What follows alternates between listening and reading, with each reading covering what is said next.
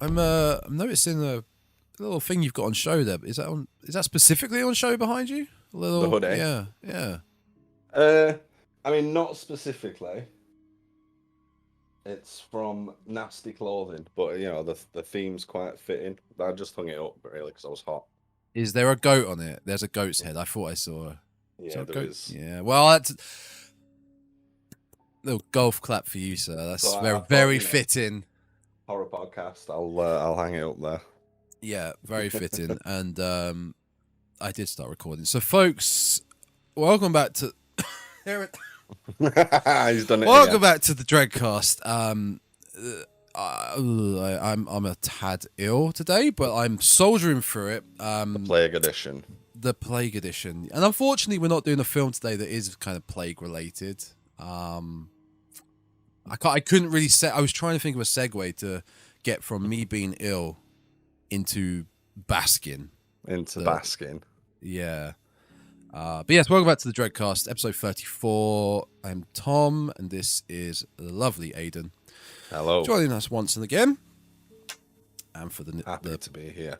Of course again. You are. Of course again, you are. Time flies.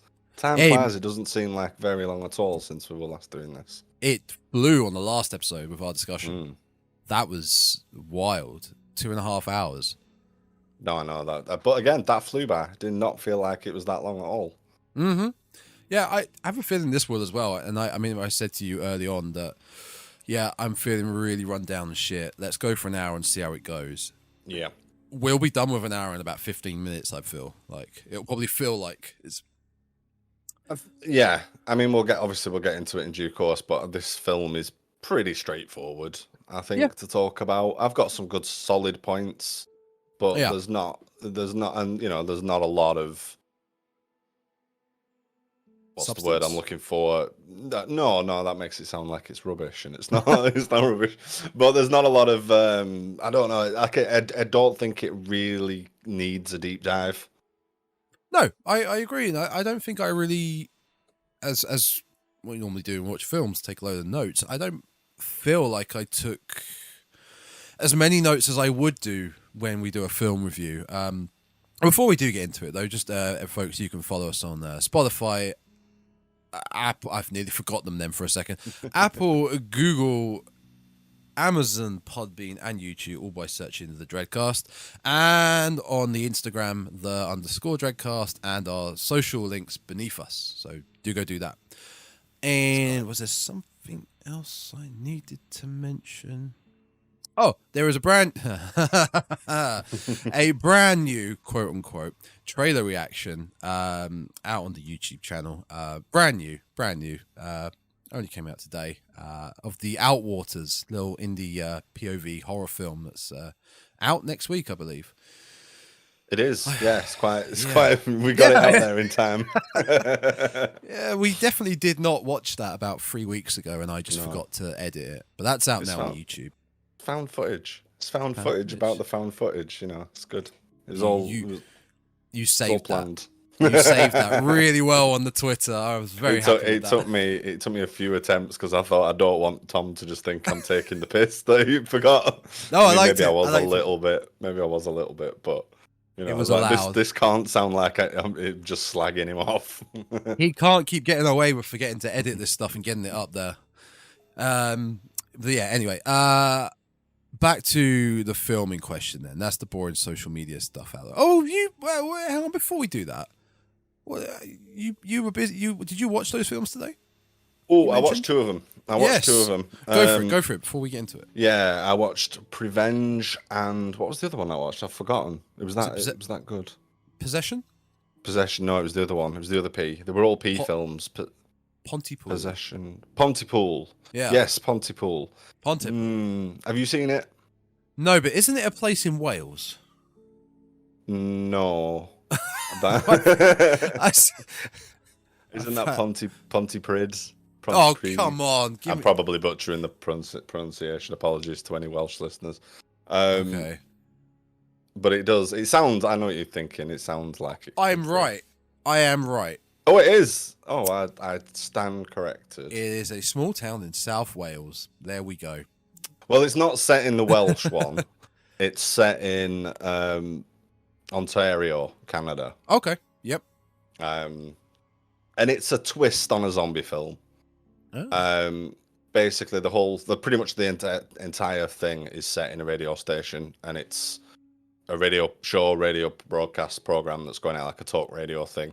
Yeah. And they're getting traffic reports and news reports coming in, and as things are sort of deteriorating in the outside world, in the streets. But it kind of fell off a little bit towards the end for me, and I think it's because they made this effort to do a new twist on zombies. It's not. It is an infection of sorts, but it's not your traditional like virus or whatever, radiation leak Voodoo. or toxic waste or voodoo. Yeah. It's words. People are becoming violent and infected based on hearing certain words, but it's never really clarified what words. It's all very random, and it all gets a bit bizarre towards the end as well. There's a lot of like extra stuff that runs through the credits. It's worth a watch, because it's not terrible, but watch it once. I'm not gonna rave about it, quite honestly. But kind of like it was all right. Affected in subliminal, extreme subliminal messaging. Maybe it's like I say, I was kind of tuning it out towards the end as well, so maybe I missed an explanation of what was going on.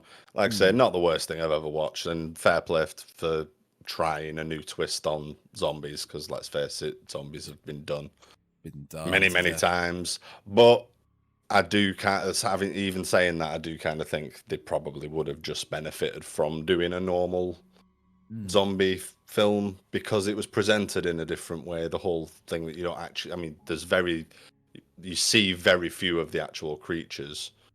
It's all played out as these sort of incoming news reports and people phoning in and being scared and things like that. So the way it's presented is really cool, but they tried to go they went a little bit left field with the story, in my opinion, or the cause of the problem, should I say. Okay. But yeah, it was all right. It's got a better score on IMDb than the film we'll be talking about today. Like I say, I'd heard about it, and I think it has been received well. Just when I finally got into watching it, I was like, I've seen better, but I've definitely seen worse, And the other one was Prevenge, which was another Alice Lowe film about a pregnant lady that goes on a killing spree at the request of her unborn child, which sounds a bit trippy. Essentially, she's on a revenge or prevenge mission. Yeah. To sort of prevenge. Yes. To do away with the people that killed her baby daddy, albeit accidentally, but she's sort of driven crazy by her unborn child talking to her. It's fun. See, yeah, when you first a few words that you described this film, I was instantly thinking, okay, this sounds not goofy, but a little bit silly. And then when you go straight onto the IMDb page, the sort of categories, genres it's defined by is like crime, drama, and then comedy. And I assume it's not full on comedy, but it's the plot itself. Comedy. Yeah. Black comedy. It's similar. I mean, it's got Alice Lowe in it, who's from Garth Marenghi's Dark Place, Liz. I thought I recognised her. Yeah. Yeah. So she wrote and directed it while she was pregnant. So it's all, she managed to squeeze it in before squeezing one out. Taken from real life experiences, was it? And she was also in the Wonderful Sightseers, which I watched recently as well. So yes, I was like, I knew I'd heard that she'd done this other movie. I was like, I need to check that out. And yeah, enjoyed that one a lot. Yeah, maybe not strictly horror, but I think I'd enjoy this one more than by the sounds of the other one. It's good. It's it's a more lighthearted within the realms of horror, but you're not going to get any trauma out of it. Nice popcorn film. And the thing that is a bonus for both of them, they're both an hour and a half long each, and that is 90 minutes. That's all you need. All we need for a horror film. Not like this. I lent a friend the other day, Terrified 2, which was 2.5 hours long. Oh, really? Well, I saw this at cinema with T. We Mm-hmm. went to the Prince Charles Cinema to see a viewing because there were no showings in UK apart from there, Mm-hmm. and I had no idea it was that long. See, that's a long time for a horror I mean, that's a film. long time for a yeah, film, full stop, really. But yeah, certainly for horror. But 90 minutes, perfect, Mm. perfect. And Possession, so that's next on your list then. Yeah, well, I didn't get around to watching that in the end, but tomorrow's another day. Maybe while I'm waiting for hospital business to be done, I'll squeeze that one in because I'm on site next week apparently, so I've got to go outside and do some actual work. Sucks. Actual work, yeah, sucks. Can you imagine it? No more horror films at 11 a.m. for you. Oh, poor thing. Mm. How about you? You got anything in or watched or found out about anything? It's not so much horror, but we've been watching Wednesday. All right. I'm really enjoying it. I think it's fantastic. It's a very Tim Burton shot production. You can tell definitely the way some of his angles are shot, the color tone, the tone of the whole show. It's great, and I really love the actress who plays Wednesday, Jenna Ortega. She is one of the new protagonists in the Scream films, and she's kind of like one of the new final girls, especially of last year. I think she's great, and she's like if Aubrey Plaza was 20 years younger, she'd be perfect for the role for Wednesday, you know? Yeah. And Jenna Ortega just nails it as well. Aubrey Plaza is basically Wednesday anyway. I do love Aubrey Plaza. If they do some flash forward scenes, maybe they can get Aubrey in for that. But Jenna Ortega is brilliant. Yeah, she is. And she's going to be big. She's going to be everywhere, I think, for the next few years. We're going to see her in a lot of stuff. I hope in horror, though, mainly, because I was trying to think of this the other day, that the actors cross over that much from horror to, say, rom-coms, you know.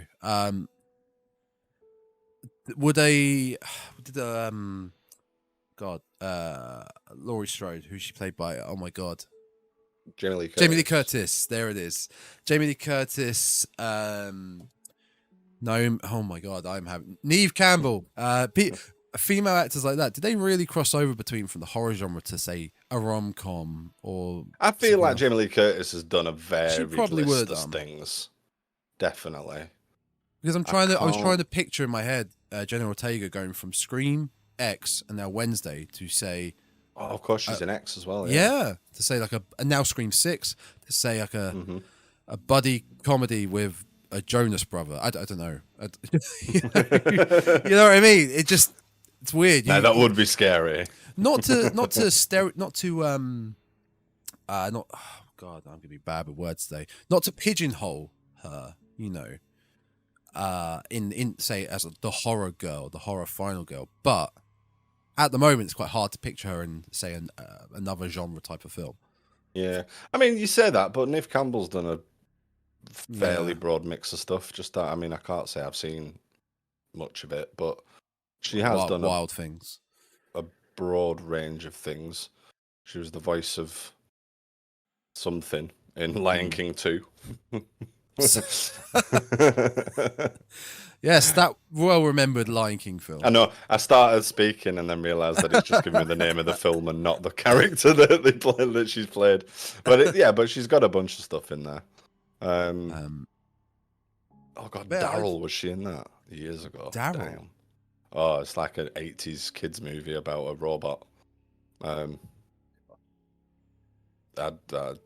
vaguely remember from my childhood. I got distracted by it. Never mind. That's all right. I definitely highly recommend Wednesday. It's Netflix. I think has gone way downhill in the past few years with the quality of their shows, and then they start, they cancel a show after one season. Thankfully, this has been renewed for another season. This feels like, this has been really committed to. I liked it. I enjoyed it. Yeah, me and Vic watched it a few weeks back. Probably, I'll say weeks, maybe months. Just not that long. I don't think it had been out very long when we watched it. I hadn't realised you'd seen it. Yeah. No, I enjoyed it. I did. I'll continue to watch it. I don't think I'm gonna rush to watch it. I liked it enough, it's a little bit too teen drama-y. It is, yes, yeah, for me personally, which is also my criticism of the Chilling Adventures of Sabrina as well. Things were a little bit weighted heavily on that teen drama, high school drama side of things than the subject matter. But I can't say it's not aimed at me, so it's fine. You know what I mean? Although, and this is completely off horror, I'm just going to mention this because I know you've seen it. I did try that 90s show today because I'm a big 70s show fan, and it's real tough because that 70s show was set. It's a sitcom, okay? So you have to take away out your mind that these are sets. You know, you've got the audience, the live studio audience there, but it didn't feel so much like a cheesy sitcom back then. I watched the first episode, and I don't know, there was something about it. It felt like, say, an episode of that 70s show where they were doing a dream sequence where they pretended to be in another sitcom. They were doing a flash forward or something. Yeah. Like, gee, kitty, that sure smells good. Thanks, Eric. Like things like that. It just felt too sitcom-y, if you know what I mean. Yeah, I get what you mean. There was just enough of that, just enough to keep me sort of chugging through each episode, and it was mainly the cast, the cameos of the legacy characters. I didn't care too much for the new kids. But again, I'm however many years older than when I used to sit and watch 70s shows, so it's not really aimed at me anymore. But there was just enough of that little, beats and jokes from Kitty and Red and Kelso showing up, and all the legacy cast being in there, or as many of them as that were in there. And for me, which we won't go into. No, but for me, I watched the whole thing, and I thought, you know what? If they don't do another series, I'm happy. That's fine. It was good enough. If they do another series, then good luck to them. But I was happy for just that kind of it being like a special, almost like a special, like a here's what they're doing now kind of thing. Yeah, I completely agree. No, I haven't really done much horror. The only horror related thing I guess I have done was the pre-order. I managed to get in very quick of the brand new 4K release of the original Texas Chainsaw Massacre, and it's beautiful, and it was a lot cheaper than I thought it would be as well. I wonder if I can just quickly find it. I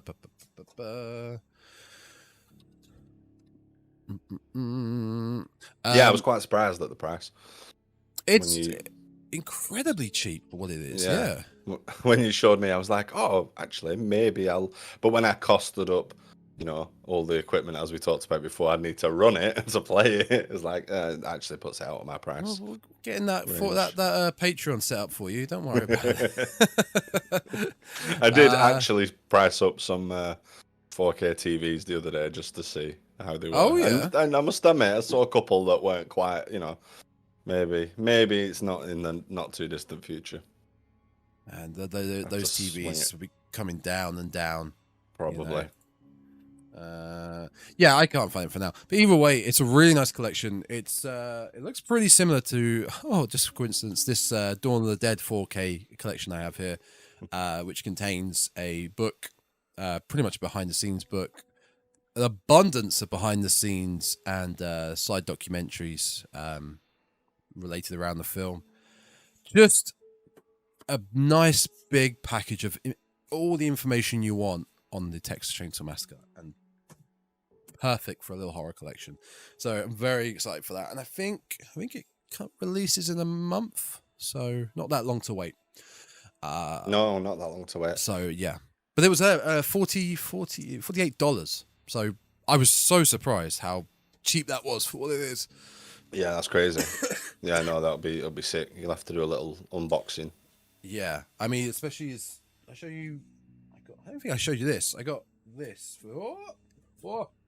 He's wrecking the set. Oh no! Well, there'll be a new set when they move house. I got this for Christmas, the Halloween 4K edition. Oh, nice! But it is the best ones: Halloween 6, the one with Paul Rudd, Halloween H2O, and Halloween Resurrection. That's what every collector wants. The best. The best ones. But to get 1 to 5 in a collection, it's about £150. That is a lot. Yeah, that's why I was really surprised by how cheap the TCM one was. So, yeah, that's about it for me. And I also watched a film called Baskin, which we're going to be talking about now. Yes, let's crack on.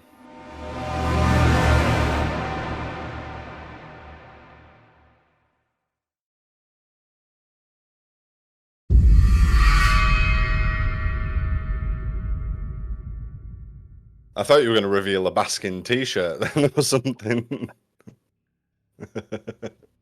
Right. Yeah, Baskin 2015. Did you have the same issue I did when Googling for information about this? That you got a lot of Carol Baskin and Baskin Robbins sites popping up? Yep. Oh, yes. You have to really be really specific with Baskin 2015 movie. Yeah. Yeah, especially when and if you spell it wrong, you get Baskin Shark. Oh, He had the G on the end. Something kept trying to I was doing it on my phone at one point, and it kept trying to autocorrect Baskin Shark, and I was like, yeah. No, this is not what I'm after. But yeah, this was a film I picked. It's been on my list, my just in general to watch list since it came out, 2015, and I just never got around to it. Simply never got around to it. It fell deep down on the backlog, and forgot about it until not long ago, where it just popped up in my head. Oh yes, I'd love to watch that, but hey ho, I'm doing a podcast now. Why don't I save it and talk about it? And fair enough. I mean, I'd never heard of it until before you said, "Oh, we're doing this," and I was like, "Oh, right, okay." Yeah, fair enough. I mean, not to be that hipster sort of person or podcast, but yeah, it's a bit of an obscure horror film. Yeah, you might not have heard of it. I like to watch Turkish surreal horror films, actually, rather than Hollywood horror. Yeah, I'm only watching films coming out of Eastern Europe at the minute. I won't watch Hollywood horror, no.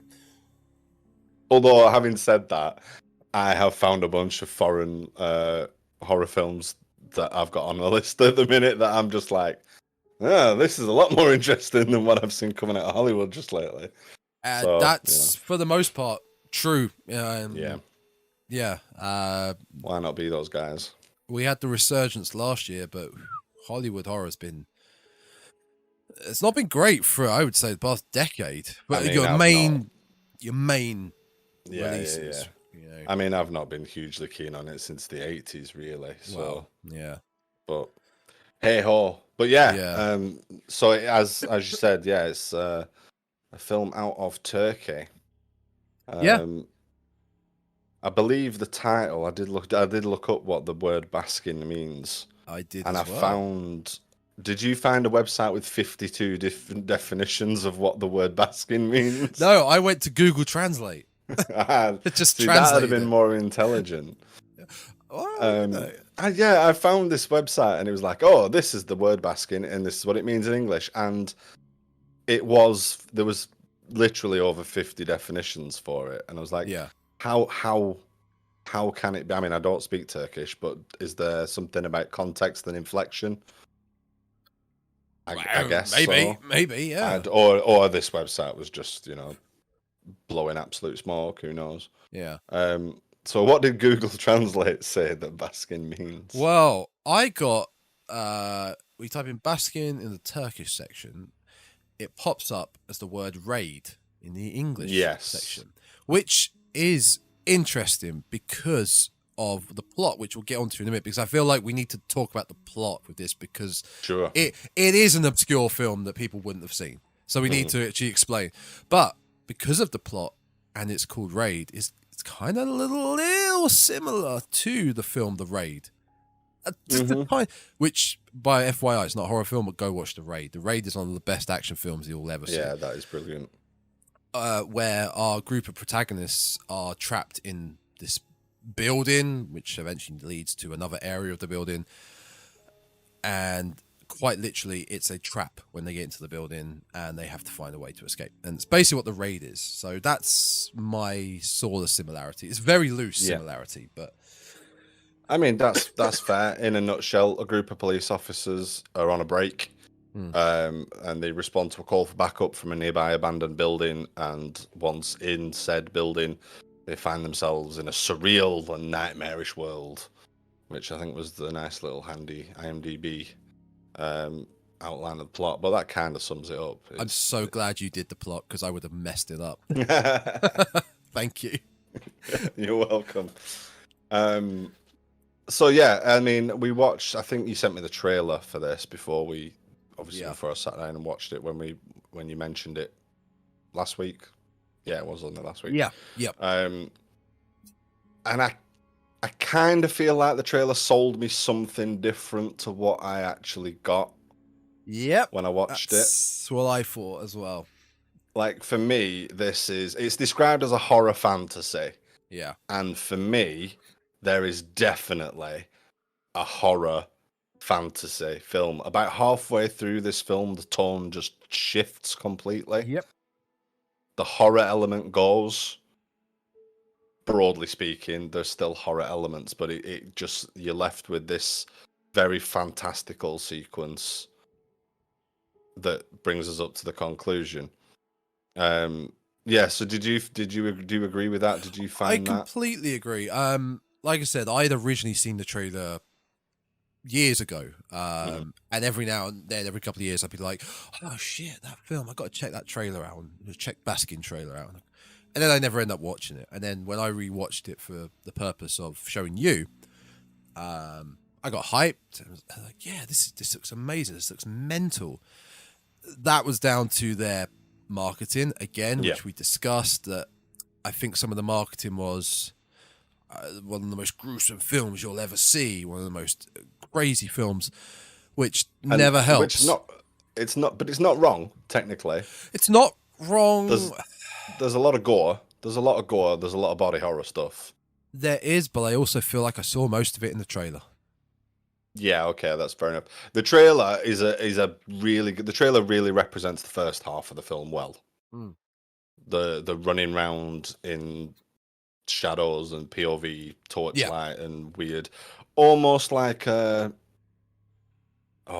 comparisons. Something that springs to mind, and the name's escaping me, and I'm trying to bring it to mind. Set on a spaceship. You did an episode on Event Horizon. That's the one. Yes, Event Horizon. Yeah, I thought we were going to get some Event Horizon kind of goings on. When they got in, particularly when they find the surviving member of the squad that phoned for backup, I guess we're meant to think. Yeah, where he's banging his head up against like he's just gone, he's lost it. Or as my note says, headbanger's ball. I'm sure he was having the ball of a time. I think he does. Sorry, go on. What? I was going to say he does end up laughing, so I assume he's having a good time. He does, and we don't see him again after that. So he technically may have survived. I think the other intrigue I had for this film originally was that I am always keen to see a creative's interpretation of hell, on whether it be video game, TV, film, whatever, because it's obviously something that doesn't. I would say obviously something doesn't exist. It's theoretically something that doesn't exist, whether you believe it or not, but it's not something you can literally see. So it is a creative thought process. And people that don't go down the traditional route of it's in these dark caves with a lake of fire and people being tortured 24/7, it's nice to see something a bit different. And that's what I always thought this film was about. I remember reading the synopsis that our protagonists pretty much wander into hell somehow, and they're trapped in hell. And I'm like, okay, I'm intrigued as to how this is going to be portrayed. Yeah, I would have liked more. I mean, I'd go as far as to say they don't go to hell. They're not in hell. I didn't. There's a lot. We should probably run through a bit more of the plot in depth. in a minute, just because things will make more sense if we do. But just before we get to that, there's a couple of references throughout of worlds coming together and transportation to hell or escorting to hell. Yep. So hell is not in it, but No. I didn't get the impression that they like wandered into it, or you know what I mean. I always felt like it was still very much set on Earth.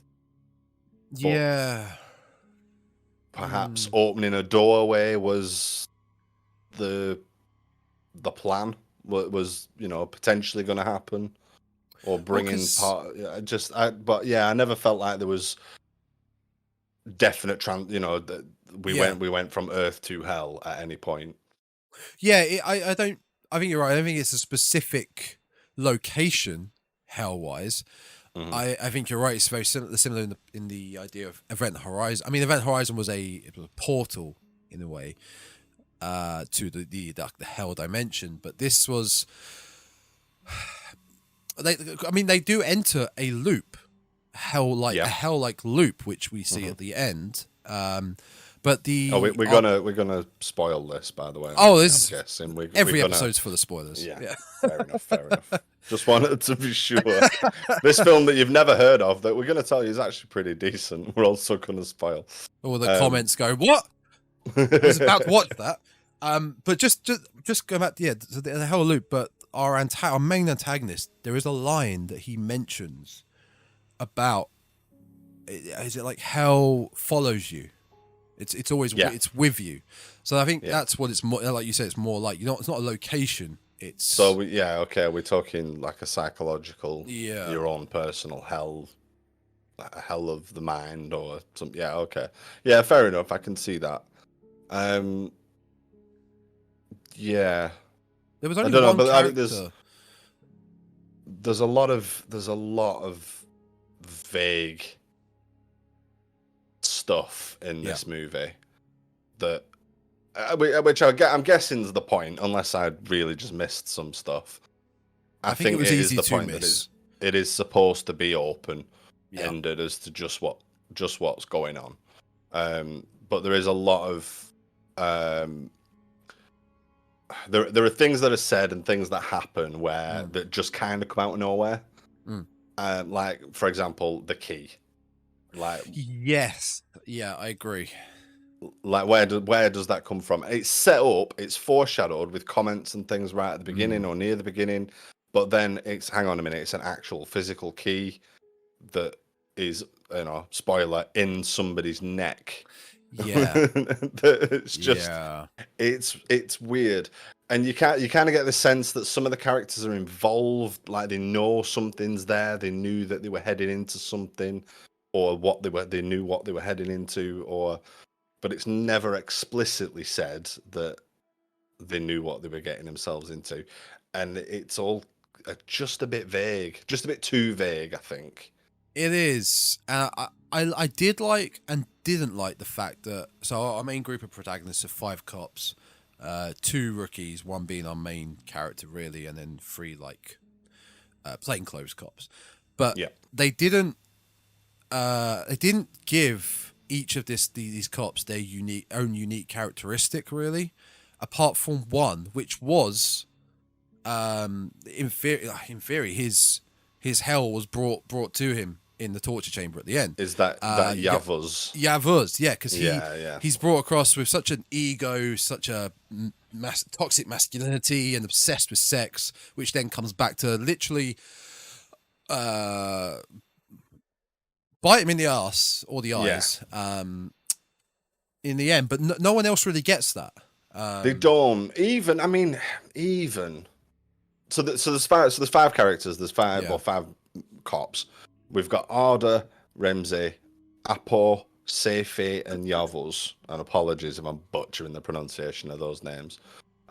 So wait, you want to try and pronounce the father's the character, the father's real name? No, I don't. I was trying to last night, and I could not do it at all. So Arda is the new guy. We are set up that he's had like a haunted past. Like the film opens with this the scene of a young child waking up.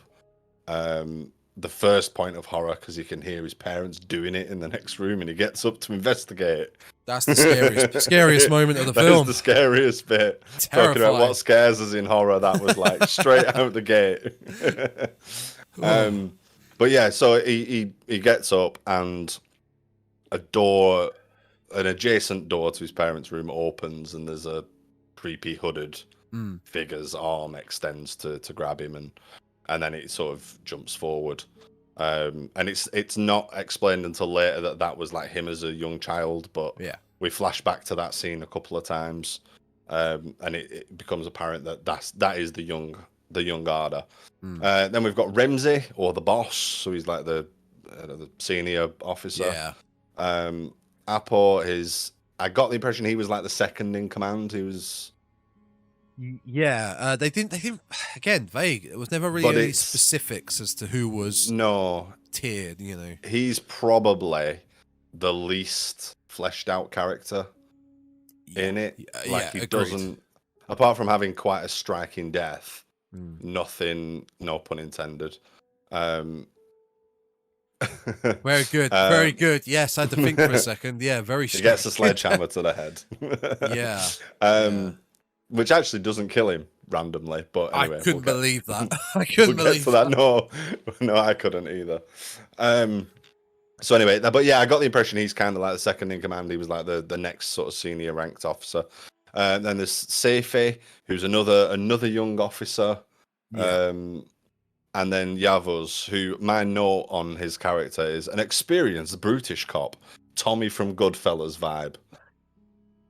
And we basically introduced to him, and he's certainly got the most going on in that. Yeah.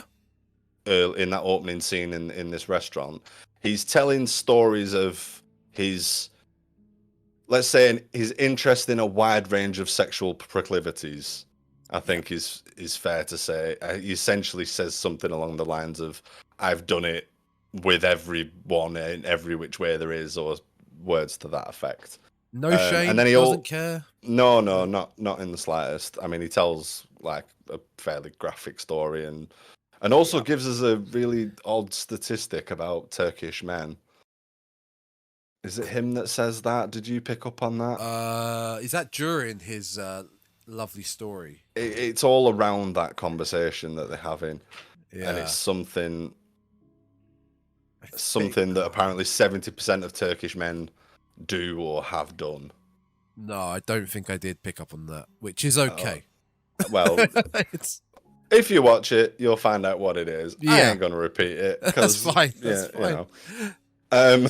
But yeah, so we get a lot of flavour on Yavuz's character in this scene where he's talking about his sort of his sex life, his wild and varied sex life, and he also immediately picks a fight with the young waiter in that restaurant for a very small slight. I can't remember what it is. It's very much like a Tommy and Goodfellas moment. The kid is laughing at the story he's telling, and he then takes offense to it. It's very strange. How is he funny?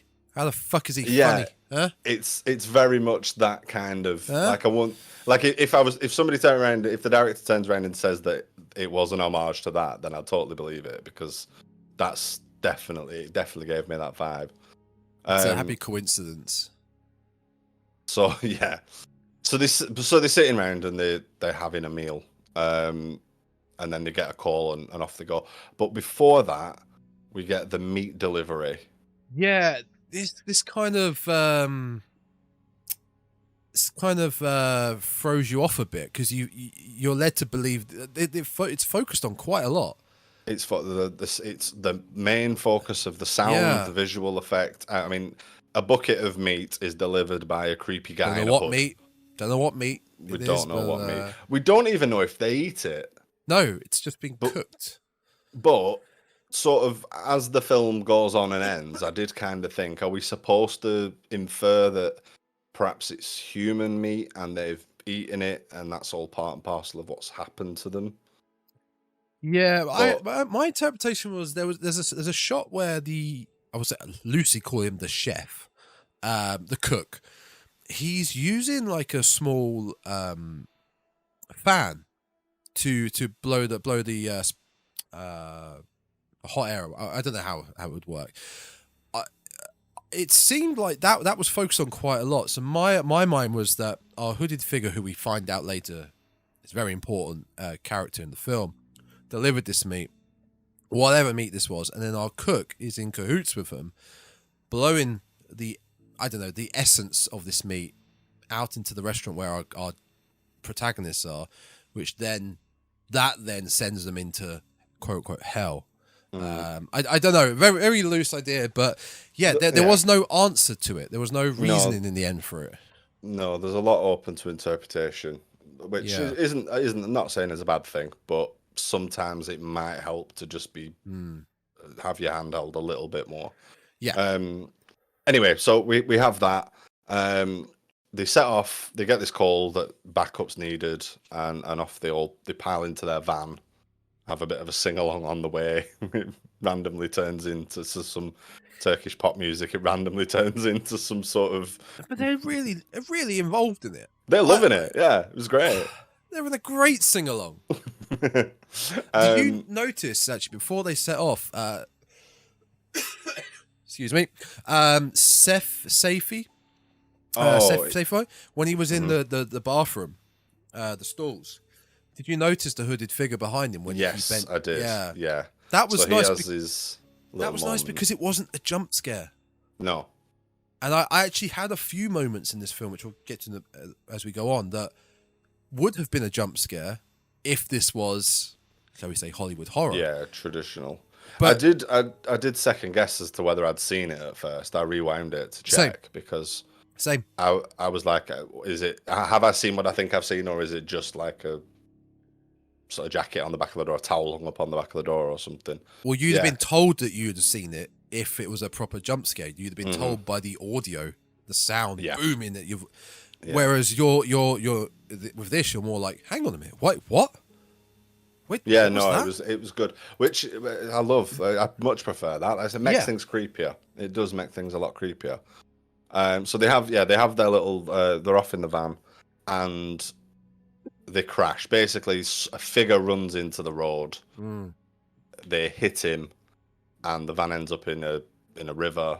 And then we get another flashback scene. I think, don't we? Then. I think it's the scene. Yes, where what names again? Ada and older gentleman who is basically his guardian.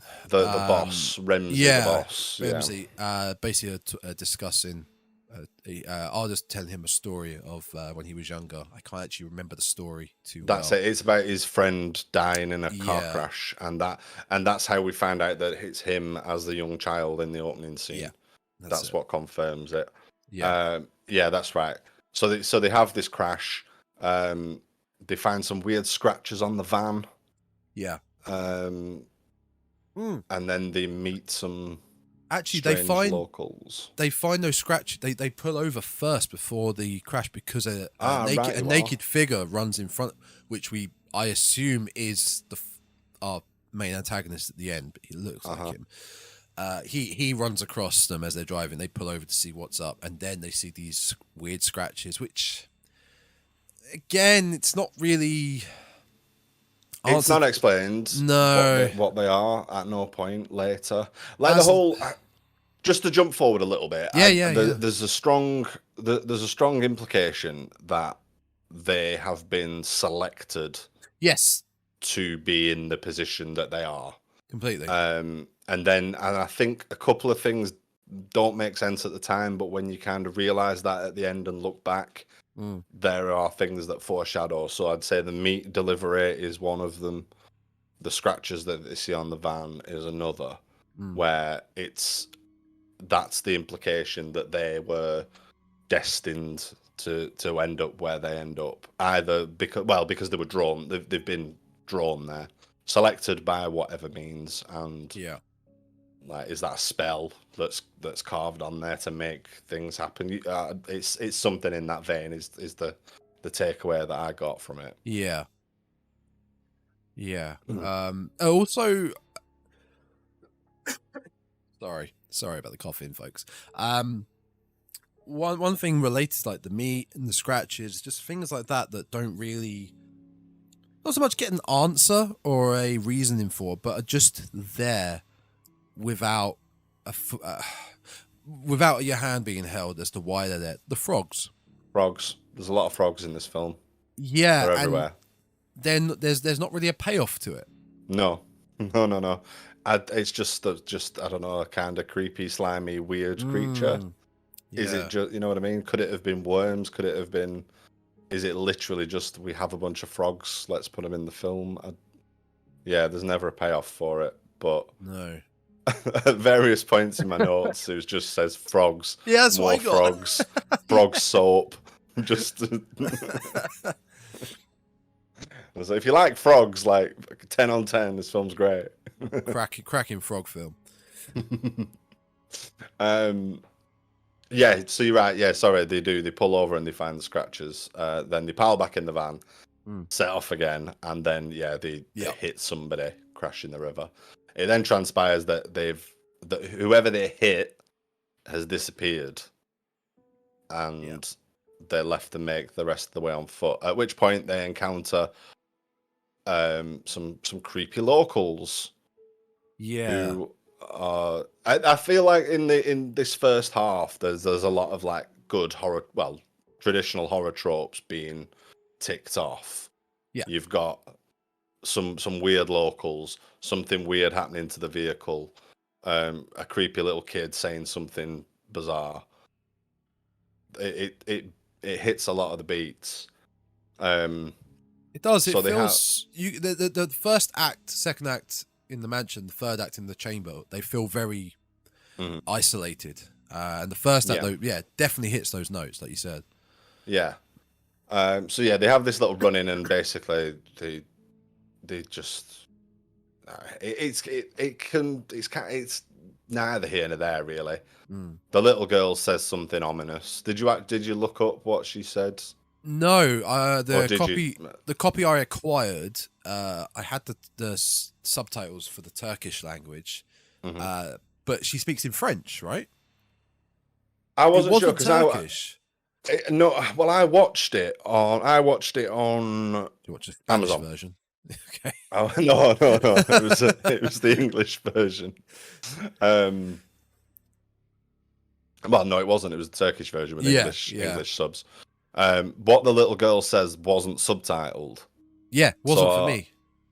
So I paused it. It does sound like French. I'll give you that. It does sound like French. But I Googled it to find out did you look up what she says? No, I never did actually. What did she say? Okay. So I Googled it to find out, 'cause I thought, this might be an interesting little thing. And I was thinking of the thing. If you know what the Norwegians are shouting at the beginning, it spoils the entire film for you. Yes, that's a very good point. You never thought, it might be interesting to find out what she says. So I Googled it, and I found two posts. One was a Reddit post, and then the other was a comment on a random movie forum that was basically a cut and pasting of this Reddit post. The wording was exactly the same, and they'd watched the dubbed version, and she says, and I made a note of it, and I've lost the note. Tonight, two worlds will merge into one. Is what she is supposedly what she says, but nobody was particularly clear about what the language was she was speaking. But that was on a dubbed version that this commenter watched. Our police officers, they've been called to assist with basically back up a unit that's having some trouble in this town. I can't remember the pronunciation. It begins with I. It's like Isagak or something like that. Gonna butcher it. But the problem is, this place is notorious for troubling times, shall we say, mysterious times happening, and then one of the weird family that they meet is just constantly laughing at them. It's almost like he knows, you guys are fucked. You guys are Yeah. absolutely fucked. Yeah. Oh, you've got to go in there. That's a Yeah. dangerous, weird place. They're very much there to just hammer home the point, I think, aren't Yeah. they? And one of them becomes their tour guide. Like one of them actually shows them the direction. It says it's only like 200 meters through the woods, but actually takes them there. And then when they do enter the building, he pieces out. I'm not dealing with this shit. I mean, I think he's kind of coerced to take. Yeah, he's threatened basically, isn't he? Because he's not up for going. But yeah, they head to this building, which we're told was a former police station at one point and was a stable after that. So it's not got any particularly creepy. We're not told anything particularly weird's ever gone down there. It's not like it's a known site for hauntings, or we're not given any information that might be sort of traditionally creepy or scary. When they set foot in the building, well, actually before they set foot in the building, there's loads of weird Blair Witch-esque fetishes hanging up all over the place. So like talismans or something hanging around. And there is mention that there's a shrine nearby, I think, isn't there, or something like that. I was getting big. I don't know if you've ever played the series or you're aware of the series. In the first Resident Evil game, I was getting big vibes from the beginning of that film to this, because in the first Resident Evil game, Alpha Team is sent to investigate Bravo Team at the mansion, at the Spencer mansion. You're right. And I was just getting that sort of vibe. This man. It's kind of a mansion. It's a big building. It is. I'd call it a mansion, even though it's an Ottoman era building in the middle of nowhere, pitch black darkness, bit eerie. There's a police car abandoned outside, and they've pretty much gone to investigate this first team that went into there. Mm-hmm. So I was getting a little vibes like that. I'm sure it wasn't purposefully referenced, but it's just a coincidence. I think it may be. I think it might be. I mean, my general sort of vibes for the whole film are Aliens, Silent Hill, and Hellraiser. That those three things kind of mashed together. Just with the way it works, because I said Aliens, obviously there's nothing sort of science fiction going on, really. No. It's more rooted in the supernatural. But I agree with Silent Hill, though, for sure. There's a lot of that build-up, and then once it hits, everything runs very quickly after that. And it reminds me a lot in Aliens. There's a lot of build-up getting towards Hadley's Hope, but as soon as that first xenomorph uncoils from the wall, then it's action all the way to the end. So and I felt that the same kind of rhythm watching this.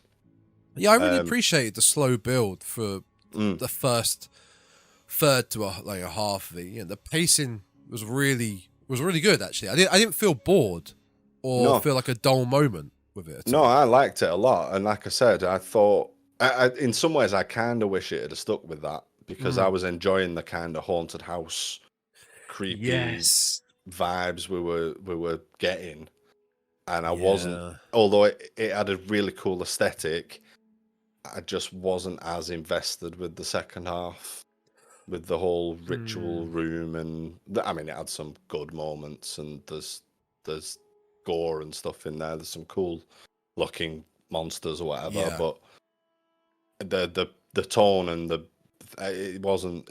It could have been two separate films. You know what I mean? It was too detached.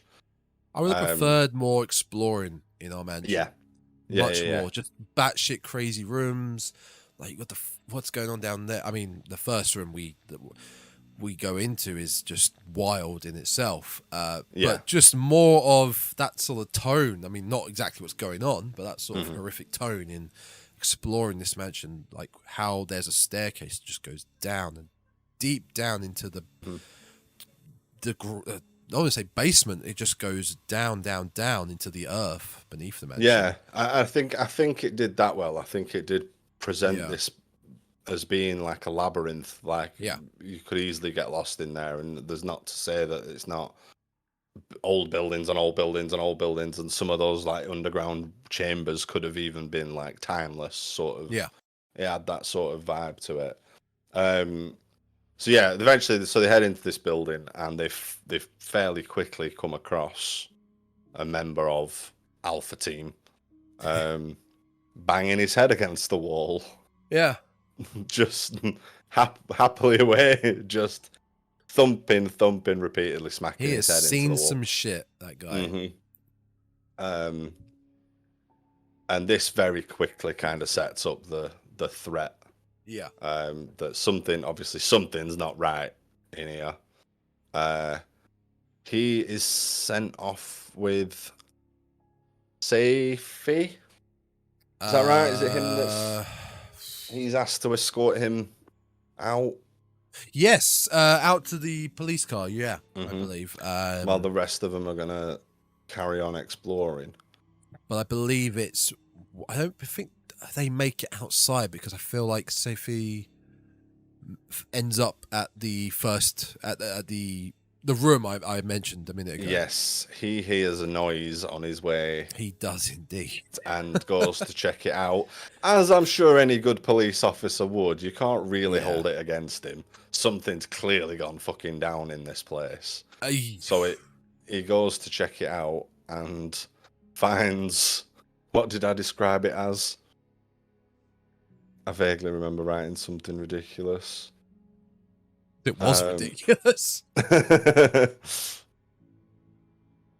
Oh, where is my note?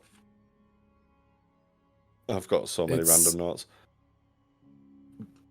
Go on, Tom. It's basically a monster orgy. That's what Safi finds the gimp orgy is what I've written. Yep, that's yeah. I mean, there's no other way to describe it, really, is there? That it's a monster, and they are the look of the creatures. I mean, I think they're supposed to be human. I think they are deranged human cultists. I think it'd be an accurate description.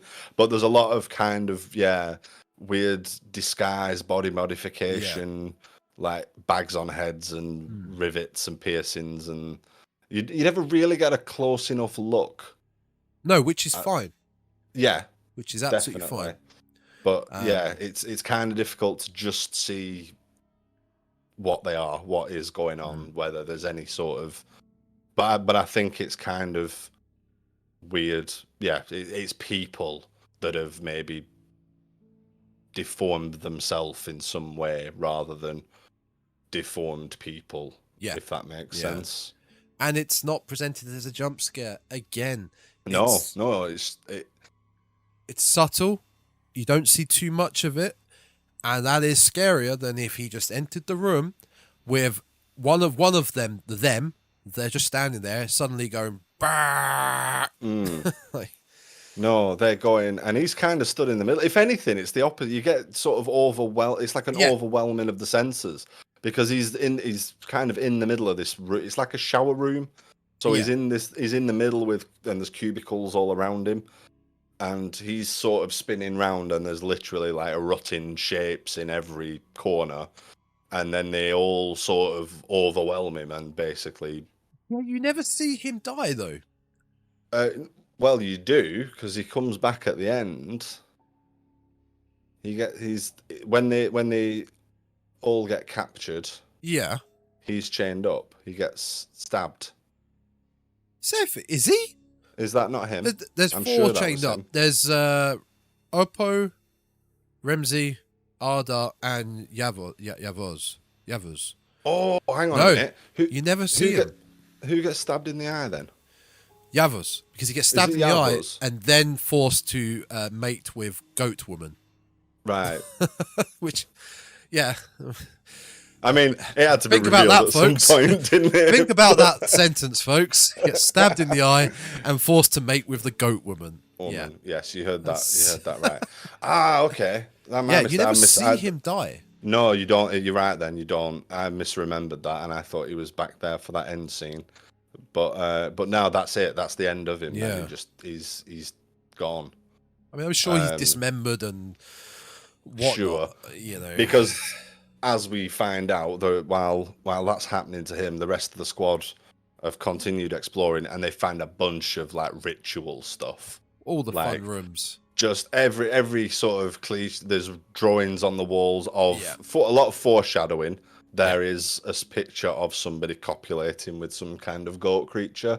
Yep. There's a lot of symbols, there's a lot of chains and candles and padlocks and a lot of just general occult scribblings and scrawlings and paraphernalia like all over this place. Yeah. And then they find the butcher shop. Yeah, They that walk was into yeah. They walk into a room and it's another gimp orgy assault on the senses kind of a scene where it's glimpsed through a dirty shower curtain. You can't quite tell. I thought it was going to be another like sexy time happening, but Bit of a abattoir aesthetic going Yeah. on at points, because you've got what we'll call the butcher with her meat cleaver. She's Mhm. up she's up to something. She's cutting up some sort of body, and Yeah. then we get the reveal of her turning around. It is a human body. It is a human, Mhm. but I don't know. It's not a possessed human. It's not someone who's besotted by whatever cult this is. It's like a monster. But Yeah, then again, human- I mean, there's no speech, there's no dialogue, there's no No.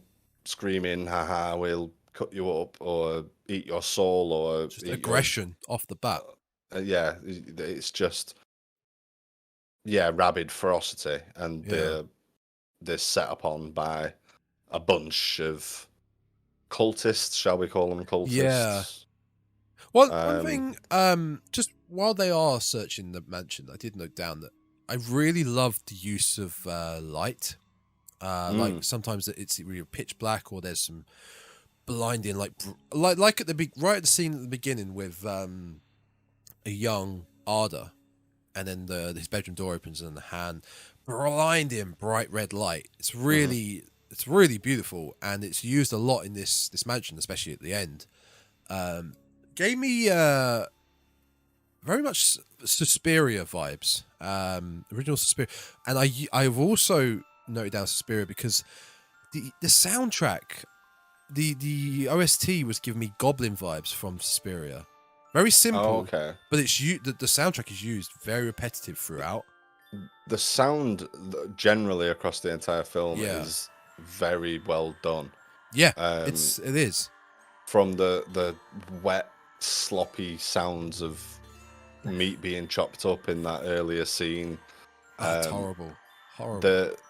The music overshadowing the screaming during the eye stabbing. Yeah. Like you can barely hear the cries of pain or anything like that because it's like somebody's turned the radio up to mask it. This tune plays over. During the whole POV torch lit creepy stuff, we've got like dirgy bass tony there's dark synth in there. Yeah. There's melodic death metal at the end, and then some weird classical music at some point that sounds like it's been taken out of Pride and Prejudice or some other period. The music's really all over the place, but works. And yeah, I really like it's not something I usually pay attention to in film watching generally, but we do talk about it quite a lot. So I made special effort to pay attention to it. And it's not necessarily a key point with a lot of horror films, though. I enjoyed what they did with the sound in this. Yeah, the sound was fantastic. I didn't mean that to be so much of a tangent. It was more so going off the lighting as well. It reminded me of Suspiria, and then as did the sound design as well. Yeah, big Italian horror vibes from this. Really. Yeah. Such as Suspiria. But yeah, back to the mansion. Where the reveal, every room reveal, basically at the same time. Oppo is in the room with what I assume is a child in a cage.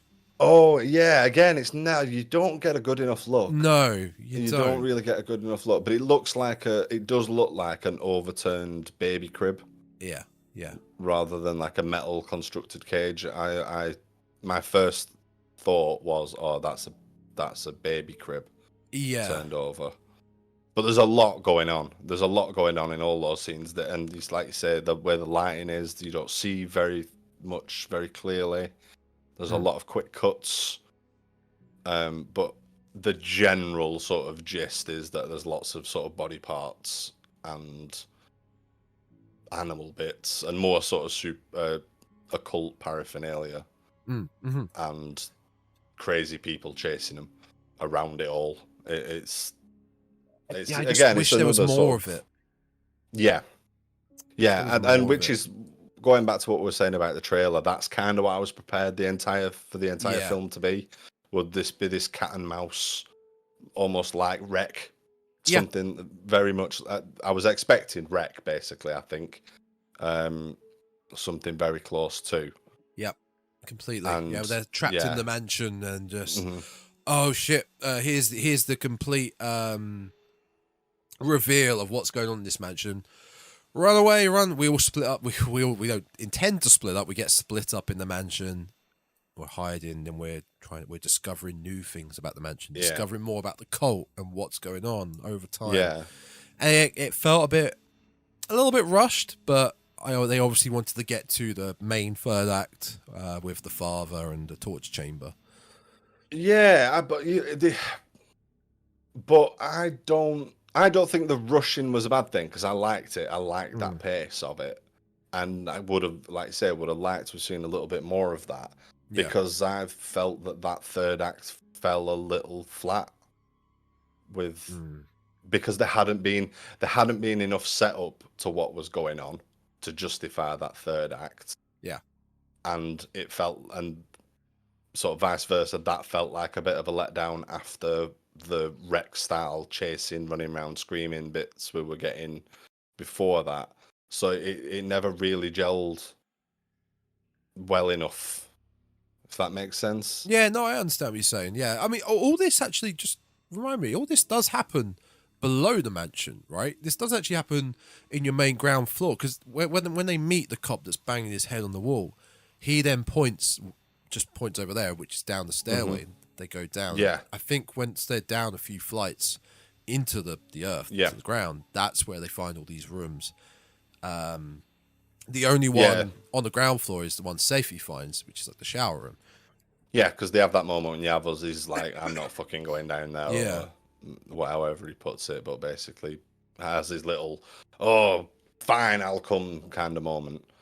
So so they have this attack and there's a bit of running around. Apo gets his head smashed in with a sledgehammer. Is that by the father or is that by the father's assistant? Because it's a hooded figure behind him that just. I thought it was just a random cultist. Right. Yeah, it could have been. Just kind of a larger one. Like there's just kind of maybe a sub boss in a video game context, I guess. Just kind of a bigger, beefier dude. Yeah.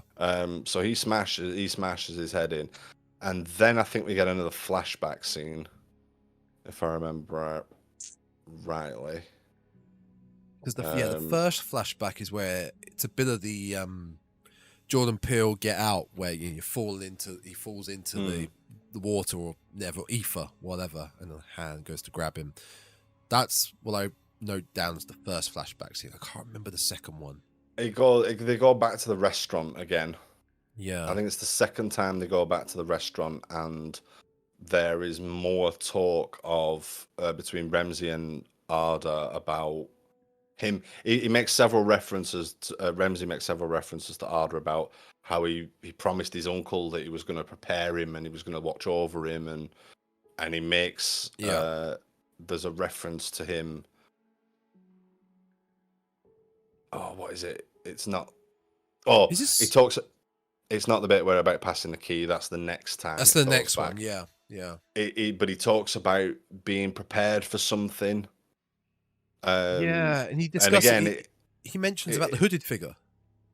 Yeah, and it's revealed that he's been seeing him his whole life, and Ramsey has as well. So this is where this idea that they've been prepared for it, or they've been these people have been selected for some reason, but it's not ever explained how they were selected or why they were selected. But it's a very vague film, isn't it? It is very vague film. In the ways where you want that little bit more information, it's just impossible to get And like I say, you can leave things open to interpretation. That's fine, but you could come up with several different plots with how vague everything is. There needs to be a little bit more solid info there for the audience, I think.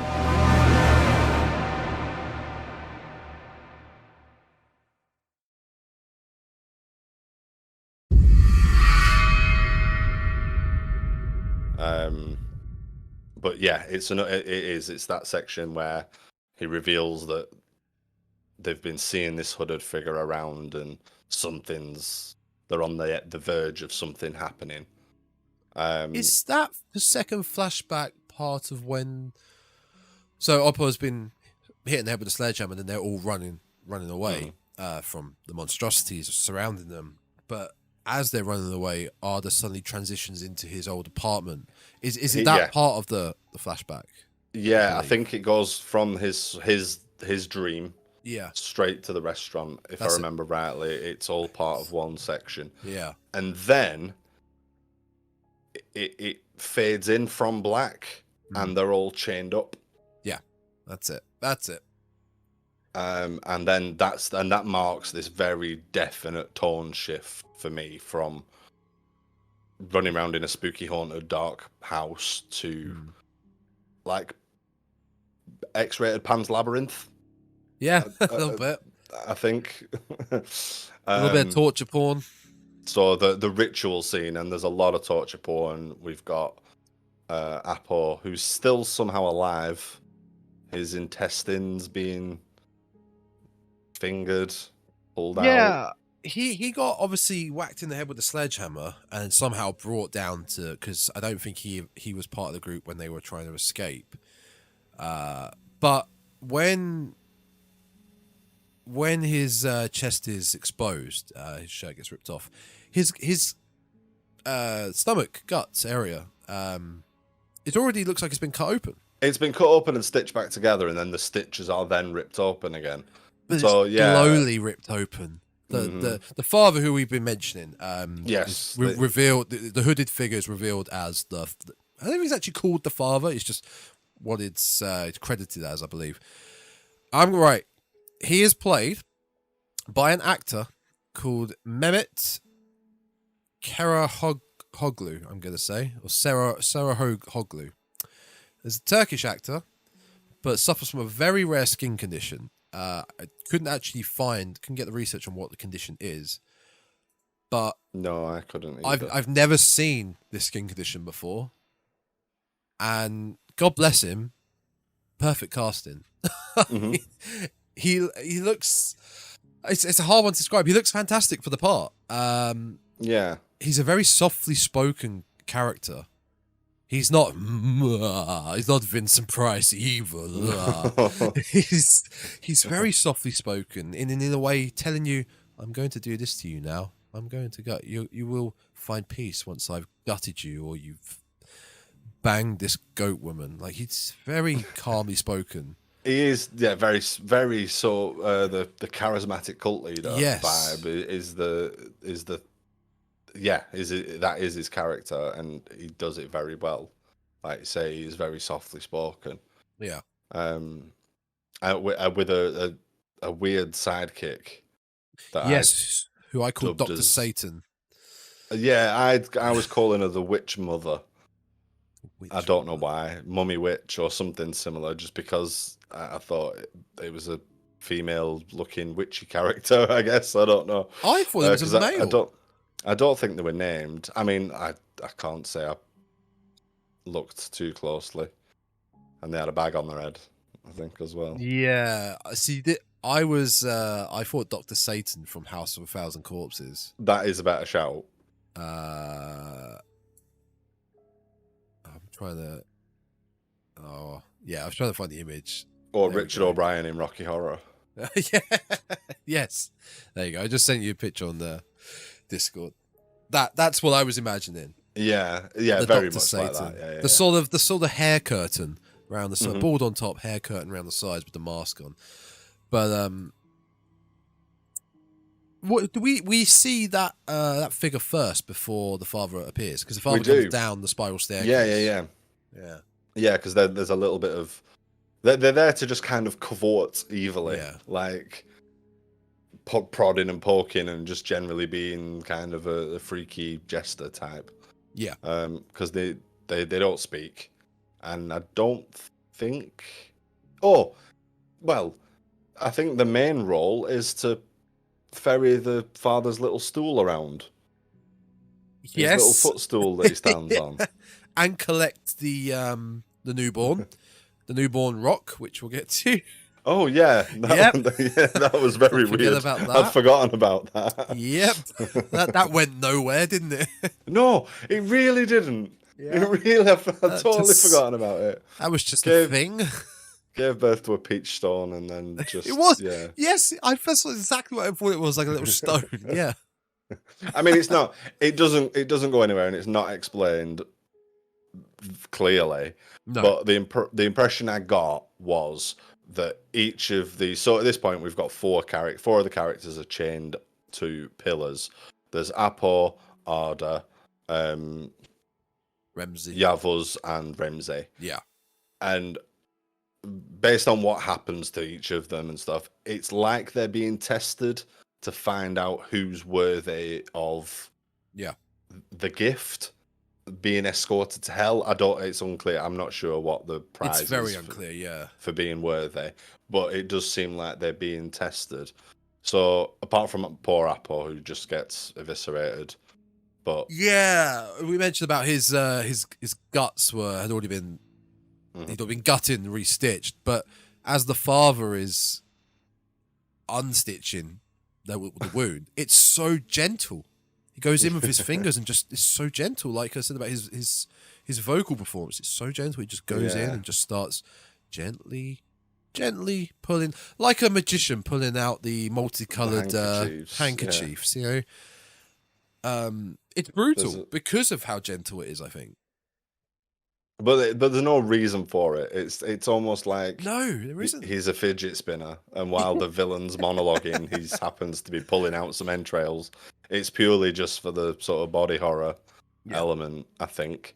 And it's done very well, and the effects are great. Everything's very gory and grimy, and everything looks really good. Yeah. But it's Yavuz who gets the first it bad test. Yeah.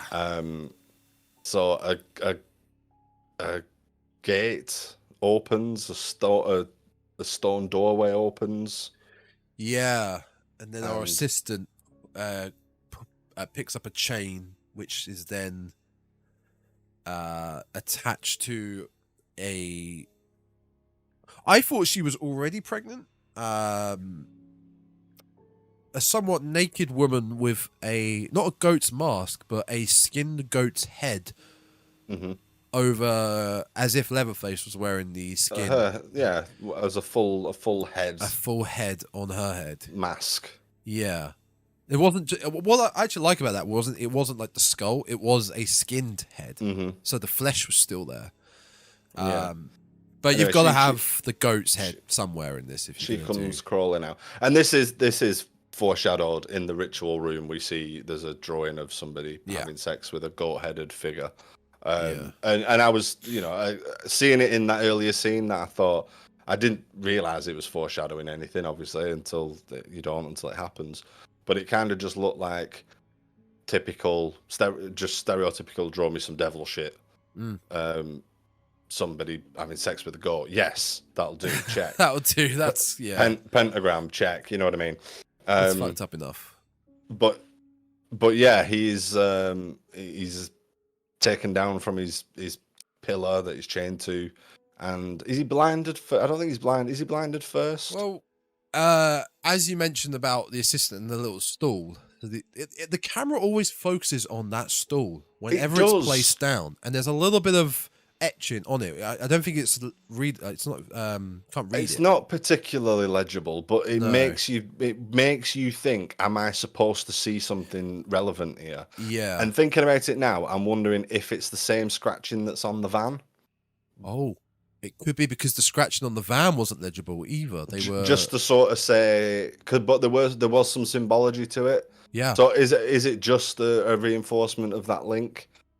I'd have to. Really I'd have to look at it again. I'd have to watch it again. Yeah, sure. yeah, I think it could be. But yeah, I was just going to say, by this point, it's kind of irrelevant anyway. We know that it is. this cult have got these. Like, it doesn't. Yeah. We don't need that. Once the stall is focused on and placed down, the father, because he's a short fella, has to stand on it, and there's a really nice little back and forth between the father and Yavuz, because Yavuz was an aggressive ego. He's a very masculine man. But as much as he was being aggressive to the father keeps cool, keeps calm, and tells him, I think he tells him what he's going to do. And that's where we get the line about hell is with you. And what did I put down? So the father, he calls out Yavuz's name as he's closed his eyes so that he would open his eyes, and then it's straight in with the knife. Mm-hmm. I can't remember why he closes his eyes in the first place. Is there some sort of open your eyes to see the real truth kind of reasoning behind it? I think, isn't there? But the eye stabbing itself is brutal. I mean, yeah, all of it's very torture porny, body horror sort of stuff. Which, as we discussed in the other episode, isn't something that ever scares me. No. But it's very well done, and it looks as horrible and painful as you might imagine. And again, the weird use of sound, it's like somebody turns a radio up, all of a sudden you get this piece of music that comes in over the screaming, which is, but not fully. You can still hear some of the screaming in the background. It's an odd choice, either all or nothing kind of thing, but we end up with this halfway.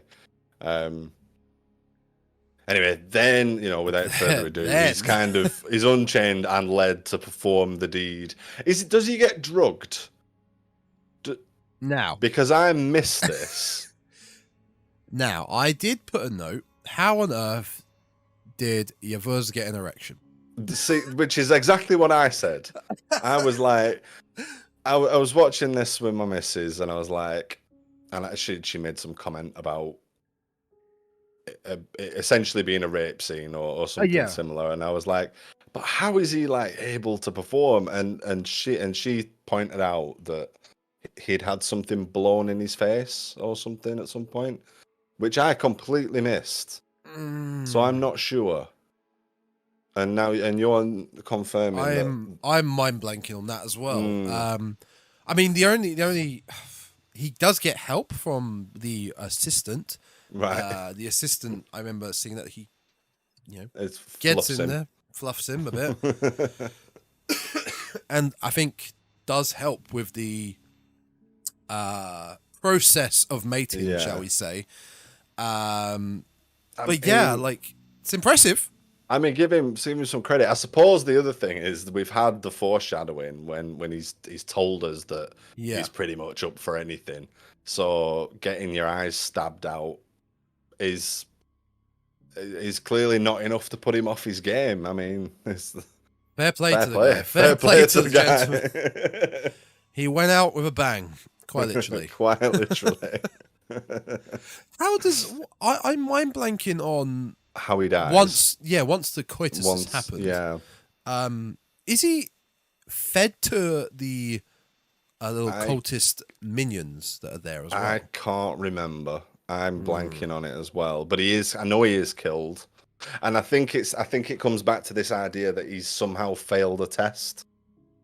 Like he was it's either that somebody having sex with the goat woman is like part of a ritual, like a step in a ritual that needs to be fulfilled. Yeah. So he's done his bit, he's superfluous, he's not necessary anymore. He can be disposed of. Or it's some sort of test and he fails it. But it kind of depends on which, or, option number 3, if you can think of another reason. But I can't actually remember how he dies. I've just got it up. No pun intended. So he's just done the deed, I think then it looks like the father, who is actually quite jacked, like he's a toad guy. The father is sort of recanting something to him, and yours is kind of just shaking on the floor.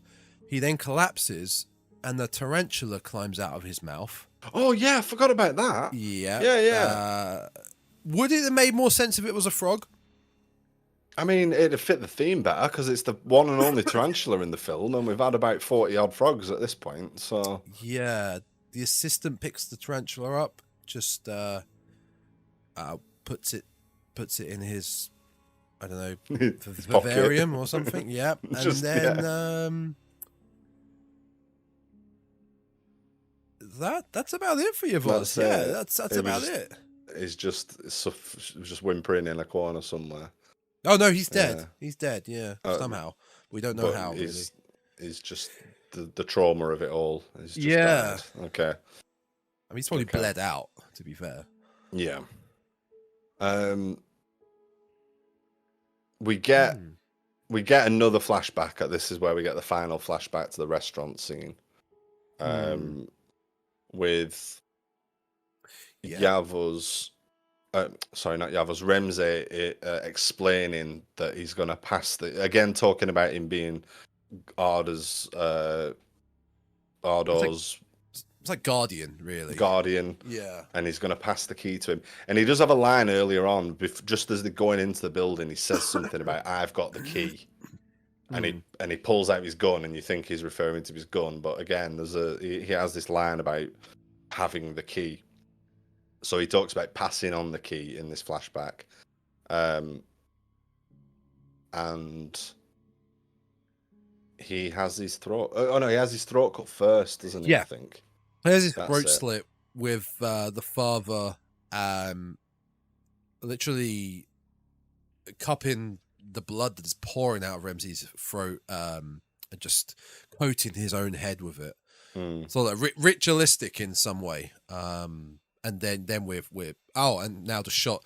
Yeah, then we're sent back to the oh no, sorry, we're not sent back to the flashback yet. We are shown Yavuz's one night stand propped up against the wall and then giving birth to our whatever potato thing. I don't it's whatever it is. It's not living. Well, it's not making a sound. It's vaguely, I mean, I wouldn't even say it's humanoid shaped. It's just a lump, isn't it? And it gives the impression when it lands in the pan that it's a solid object. Yeah. And it's taken away upstairs. And that's it.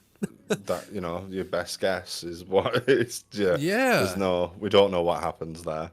And then you're brought back to the restaurant scene. There we go. Yeah, with Remzi on the floor. So we're back in the restaurant where we've been previously, with Ardo and Remzi, where they would have been sitting at this table, and it's only Ardo that's there. And then he notices that on the floor, Remzi's sat there bleeding from this horrendous throat wound. And he talks about giving him a key. I'm sure I've got passing of the key written down. Yeah, probably. Which just comes out of Remzi's neck, comes out of the hole in his throat. Yeah. And Ardo grabs it, plunges it into the forehead of the father. Oh, because yes, the father does has a lot of like tribalist tattoos over his head, but also in the center point has what looks like a lock hole. It does a keyhole, yeah. And he also has padlocks around his neck and things like that. So there is this sort of padlock motif going on. But yeah, he gets jammed between the eyes with this key that's come out of fallen Remzi's neck. There is a little bit of talk about just prior to all this about how potentially Remzi could have been the chosen one, but he's giving it up in favor of it being Ardo. There's something like that, and this whole passing of the key is symbolic of him giving up his. It goes back to that whether you want to whether you want to believe that Ramsey's somehow involved or somehow knew what was going to happen, or it's just not clear. It's just not clear at all. But everything runs through pretty fast after that. Ardo sticks him with the key, gets out of there. Nobody molests him on his way past. He just kind of... No one. You would have thought, oh, they've killed our master. He's killed our master. We're going for the attack, and they don't do anything. They sort In of fact, now it kind of choose... looks like they bow and move out of the way, like almost. You are the chosen one. Then. Yeah, prostrate themselves in front of him and sort of let him get out of there. He legs it out of there. Everything's shot in that red light again. Oh, it's beautiful, that wet red lighting. I love so they're back outside the building and everything's lit red, which I don't know, I've got a couple of general notes, and it's like, is that a reference to this ritual being successful? Is hell there now? I couldn't quite work out what was going on there. Yeah, because it wasn't there before the red. There was. No, it was sort of natural light previously, like moonlight or whatever. But and now suddenly it's just everything is this harsh red light, and especially even on him when he's he's out of the building. Mm-hmm. There's a red light, harsh red light on him as he's kind of Sally Hardesty, just maniacally laughing, just lost his mind completely after what he's experienced.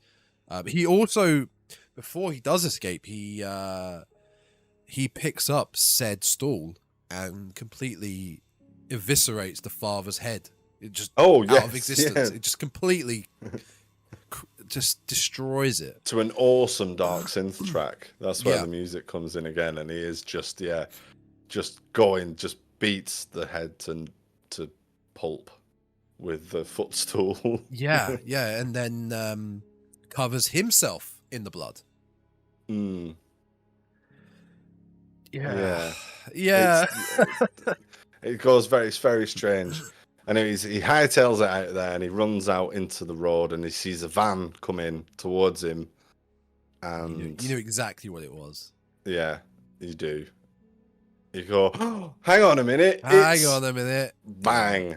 And the van hits him and crashes, and it turns out that he is the person that they ran over earlier that caused the crash. Yeah. That set the whole horror part of it in motion. And yeah, we're in some sort of hell loop now where this is destined to go on forever.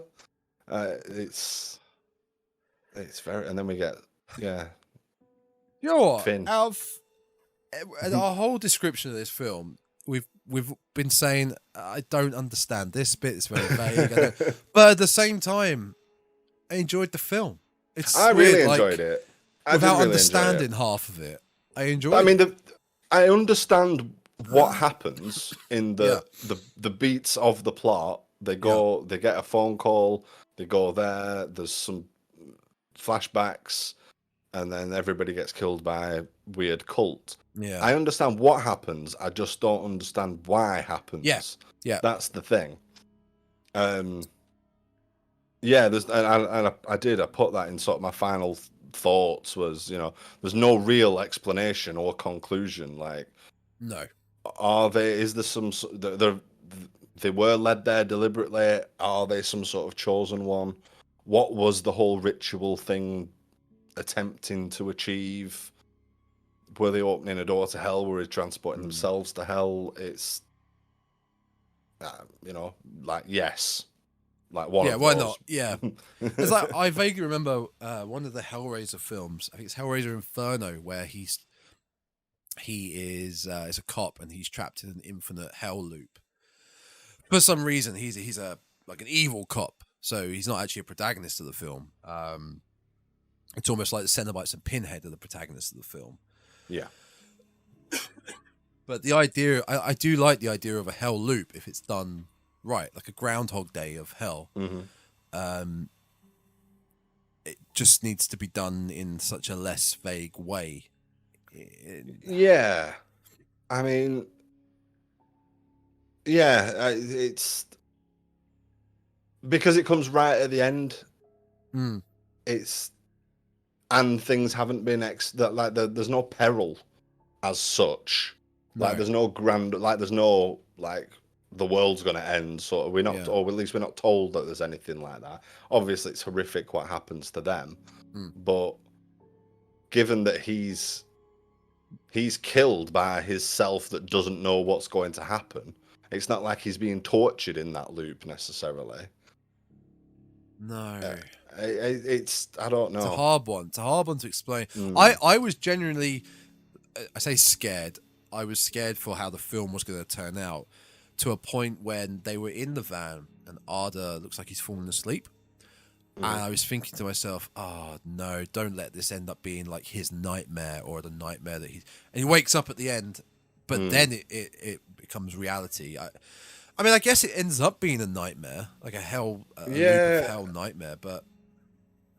It could have done that. I think I was kind of expecting something similar at one point as well. But it's just because there's so much that's kind of hinted at being important and that's not important, or we never hear from it again. Like, wow, there's so many frogs, man. What's with the frogs? What is with the frogs? And I couldn't find any research. I couldn't find any information on why there were frogs in it. It's quite a hard film to find information on, to be fair. Yeah.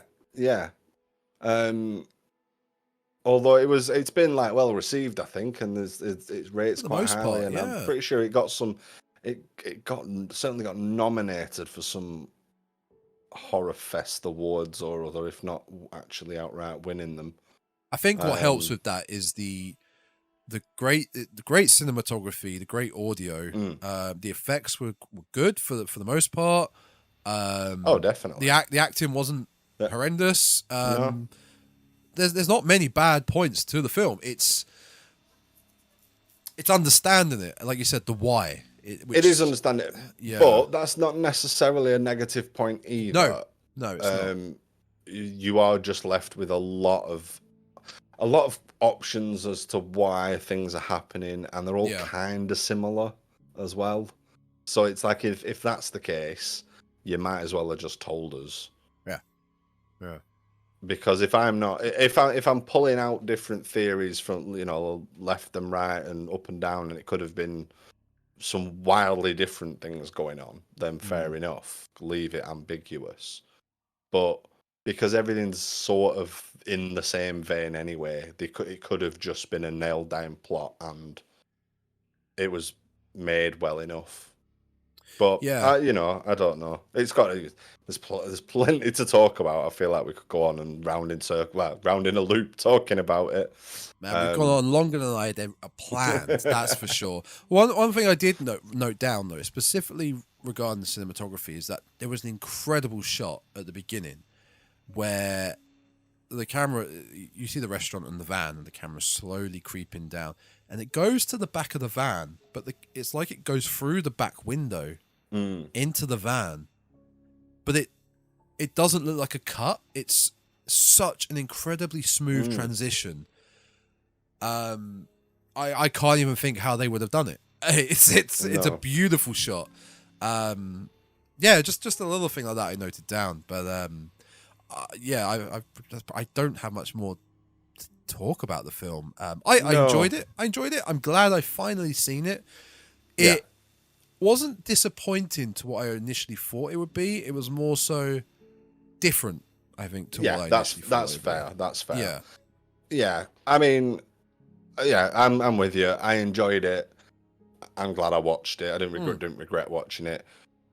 I probably won't watch it again. No. Same. I don't feel like I need to see it again, really. I'll tell people about it. I'll say to people, check it out. How will you? Well, because it's a trip, isn't it? It's just if you like frogs, watch this movie. Go lick a toad and then watch this.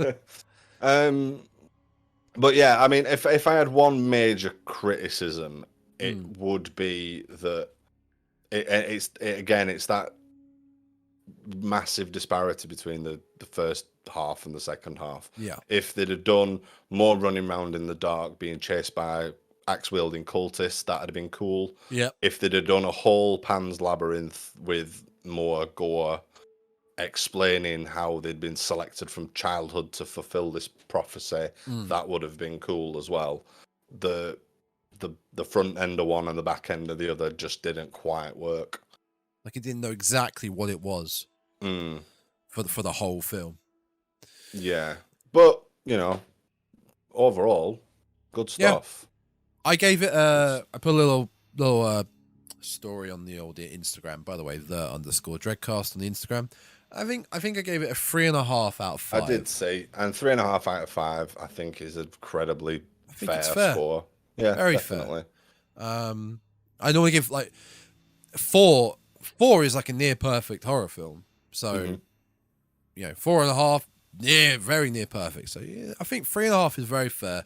And yeah, we've gone on longer than I ever thought we would do. So, because like I mentioned at the beginning of this episode, not feeling too hot myself today and yesterday, but we have gone 1 hour and 42, and pretty chuffed with that. Flew by, like we said it would. Yeah, definitely. These get better every week. It is, man. No, that was a good film. It was. I knew it. Just like said, I knew there'd be a lot to talk about with it. It worked well as a Silent Hill movie. It'd be a better Silent Hill movie than the Silent Hill movies that we got, I think. The first one was okay. Unfortunately, it was rushed. The last half hour was completely rushed and butchered. The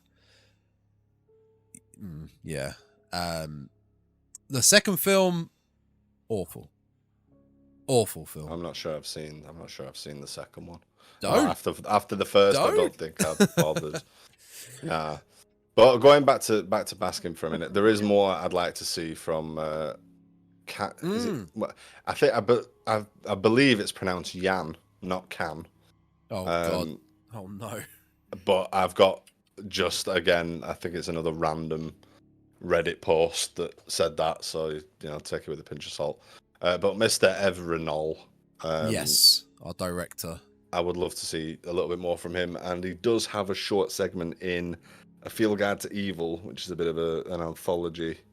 Okay. I think it's 26 different. It's like the ABCs of Death. It's like little vignette thing. I believe he's got a segment in that. I've not watched it yet, but I'd like to see more of his work because this was good. This was decent. I mean, his film 2 years after this was called Housewife. On a snowy eve, little Holly's sister and father are killed by her frantic mother. Years later, Holly is married, lonely, and her life is soon about to take a turn for the ultra weird. Hang on.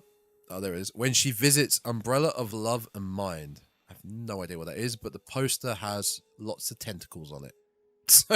See? Oh, I'm sold. There we go. Yeah. Yeah.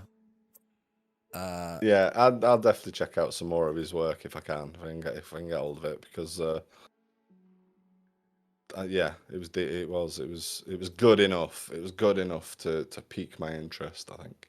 Yeah, completely agree. Yeah.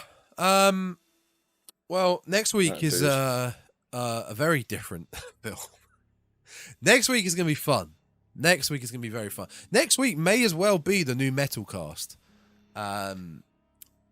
With our Valentine's Day special, the 2001 of the time slasher Valentine.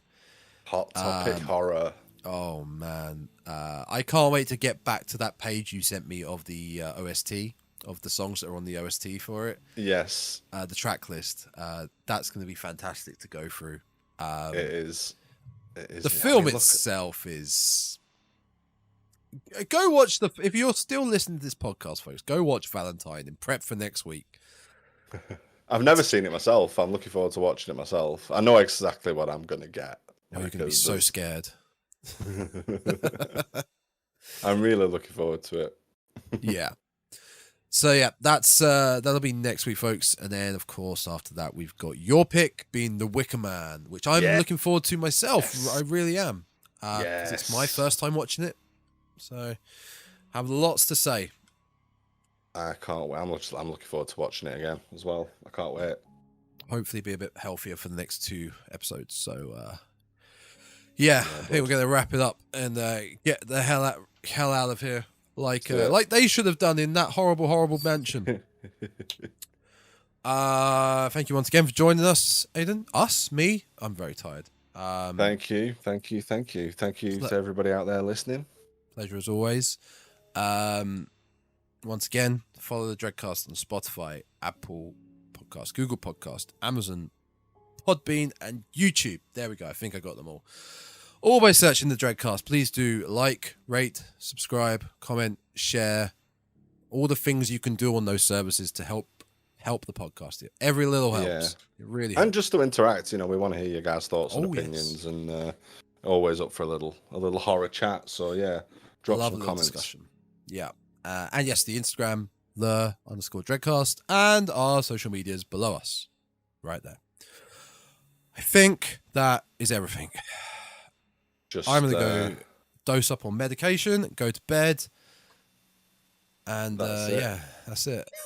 Everybody else, stay spooky. Stay spooky, folks.